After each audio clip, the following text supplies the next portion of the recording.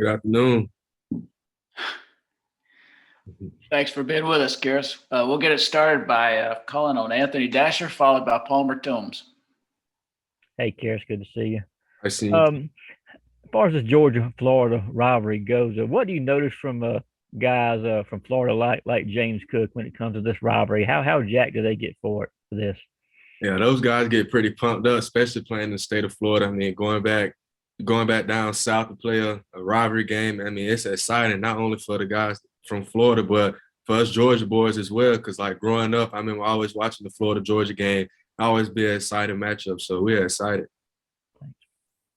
Kearis, what have you seen out of the two quarterbacks this week, especially JT working his way back into the rotation? How have they been, in preparing and splitting duties in preparing?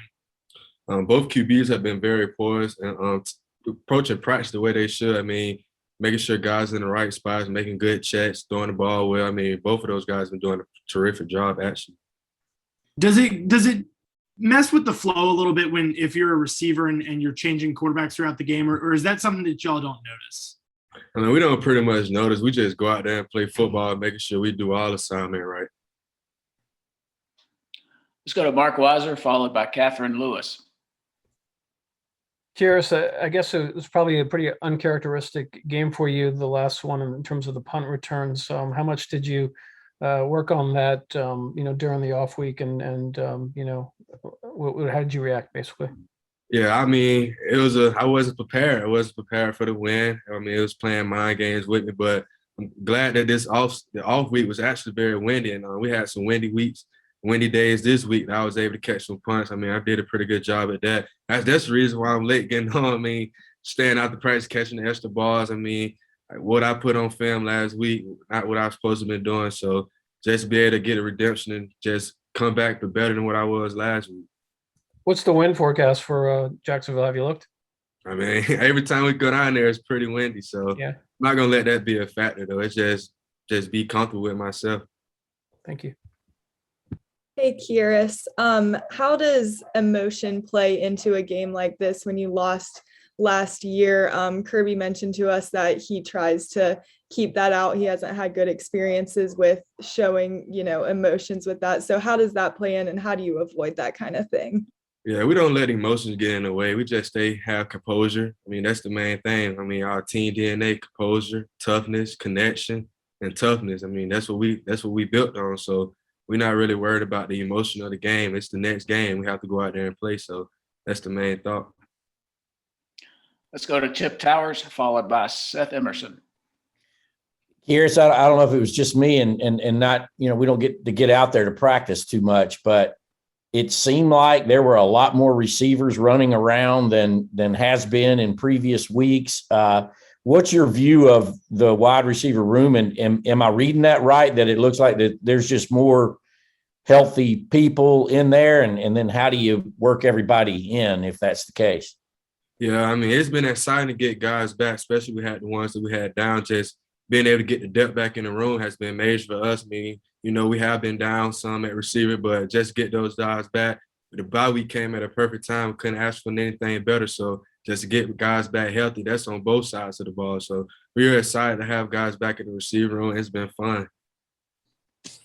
Thank you. Here's along those lines, how do you feel about kind of your snaps, your place in the rotation, and just like how easy is it at this point of the season for guys like you and Jermaine, who had big roles last year, to kind of assimilate back in at this point, kind of late in the season?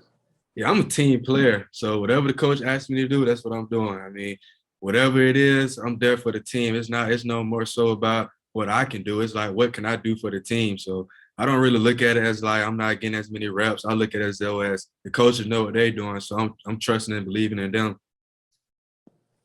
Let's go to Connor Riley, followed by Jake Rowe. Hey, Kearis, when you're playing with a guy like Stetson, who is better able to scramble around and extend plays back there, how does that change what you do as a receiver on plays where, you might be running a route and realize I have to change what I have to do on this play because the play is still going? You have to have awareness to what's going on, especially when it's a scramble drill. You have to be able to get open, find ways to get open, find the pockets that defense is not covering and just be available for my QB. Kearis, I apologize if you've kind of covered this already, but coming off of this bye week, where would you say you are health-wise? I mean, I know you've been battling this knee thing for a while. Where are you now? I feel like I'm back to myself. I mean, I'm running around faster, moving around, routes have been better. I feel like I'm getting back to myself.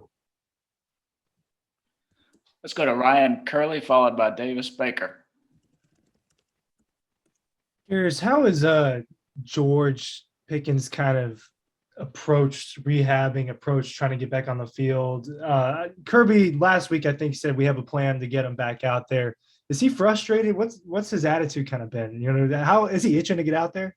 Yeah, George, I mean, if you're a playmaker, of course you're gonna be itching to get back out there, but he's doing the smart thing, taking it day by day. I mean, we was actually doing rehab together every day when we was going through that process, and we attacked each and every day. We'll be in the training room basically doing the same amount of stuff, but he's been doing the right thing by making sure he's in treatment every day and putting in the work because he knows he's ready to get back. Kearis, what do you think's made A.D. Mitchell so successful as a freshman this year, and just what have you, I guess, told him or taught him as a veteran? Just being comfortable in his technique and whatever the coaches are teaching him. I mean, he already has talent, and what he can do is, I mean, it's unbelievable with his skill set. He's very twitchy, but at the same time, AD has come a long way from just learning the plays and actually being a starter now. I mean, he's come a long way just by having a big role to play and not really looking at it as him being a freshman, but just looking at it as though he has an opportunity to be great.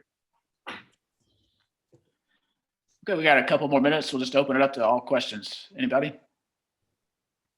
Kearis, any different feel to this game? Most of the time when you guys play Florida, I mean, the East is on the line. I'm sure y'all don't even discuss this, but that's not the case this year. So is there any kind of different feeling or vibe about it? I mean, we feel like the East always on the line, especially playing any team in the East. It feels like we have to go out there and compete. You know, everybody's coming after us, so we have to go out there and put our best game on film and just be able to show who Georgia football is. Any more questions? Anyone? Going once, going twice. All right, Kearis, thanks for your time. Yes, sir. Thank you for having me.